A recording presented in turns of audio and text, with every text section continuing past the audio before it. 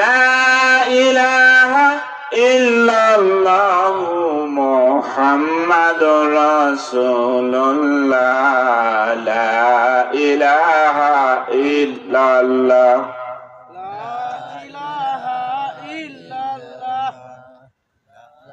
আমার শোনা বাবাজিরা, আমার শোনা ভাইয়েরা, আল্লাহ রাব্বুল আলামিন বলেন ওয়াইলাস সামাই কাইফা রুফিআত।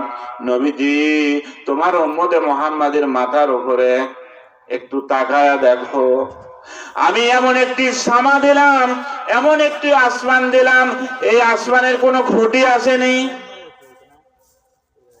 তাফসীরুল কোরআন মাহফিলে থেকে লোক উঠবেন না, আর কোরআনের বয়ান, কোরআনের কথা, তাফসীর কিন্তু সুর দিয়ে কিন্তু বলা যায় না, ঠিক না ব্যাটি? কারণ তাফসীর করতে গেলে সুর কিন্তু আসবে না।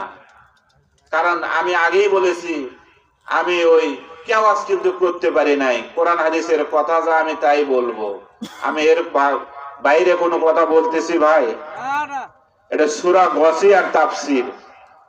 সূরা গাসিয়ার এখানে জান্নাত জাহান্নামের কথা বর্ণনা এসেছে। জান্নাতে কে যাবে, জাহান্নামে কে যাবে, হ্যাঁ, এবং সারি সারি বালিশ থাকবে, বিছানা থাকবে, সঙ্গী থাকবে, এবং হাতে পায়ে আংটি পরানো হবে। অনেক বর্ণনা এখানে রয়েছে, অত বর্ণনা করার মতো সময় নাই। শুধু চারটি উপমা, চারটি ইবাদতের কথা বলে আমি এখানে বক্তব্য ইতি টানবো। আমার বন্ধুগণ,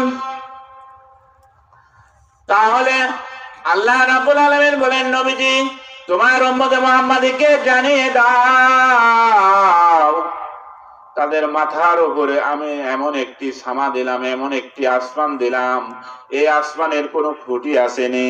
খুঁটি নাই, খুঁটি নাই। এই মাহফিলে অনেকগুলো খুঁটির প্রয়োজন হয়েছে কিনা কইন একটু? তাহলে খুঁটির প্রয়োজন হয়েছে না হয় নাই? অবশ্যই হয়েছে।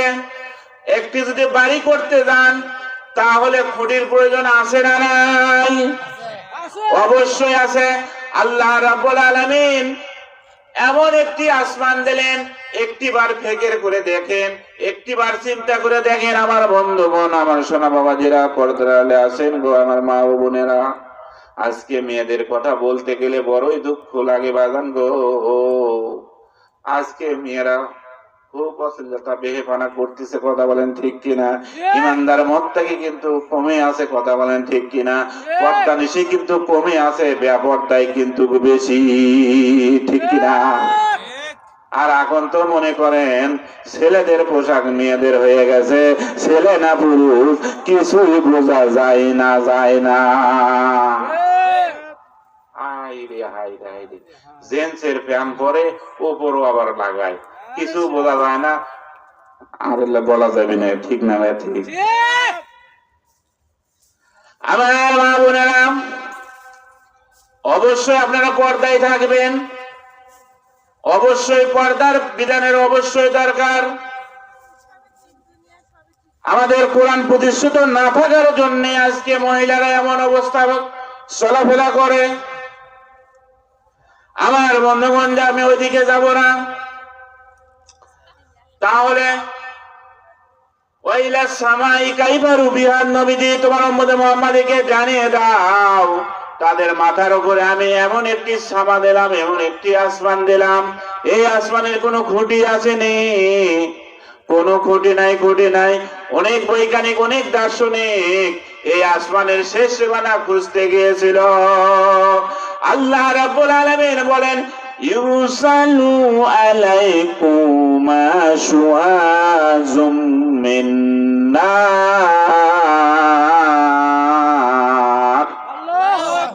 আল্লাহ রাব্বুল আলামিন বলেন, এই আসমানের চতুর্পাশে আমি ধোঁয়া এবং আগুন দিয়ে বেষ্টন করে রেখেছি নবীজি, তোমার উম্মতে মুহাম্মাদীকে জানিয়ে দাও যে কেউ আমার খোঁজ করতে আসবে, যে কেউ এই আসমানের সীমানা খোঁজ করতে আসবে, আল্লাহর সাথে যারাই পাল্লা দিতে গিয়েছে তাদেরও কিন্তু নাই কোনো কাল্লা।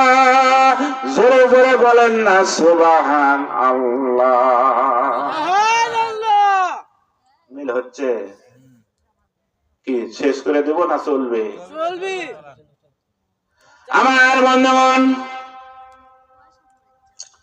তাহলে আল্লাহ রাব্বুল আলামিন বলেন আমি এমন একটি সামা দিলাম, তারা কি এই আসমানের দিকে লক্ষ্য করে তারা কি সিজদা করবে না?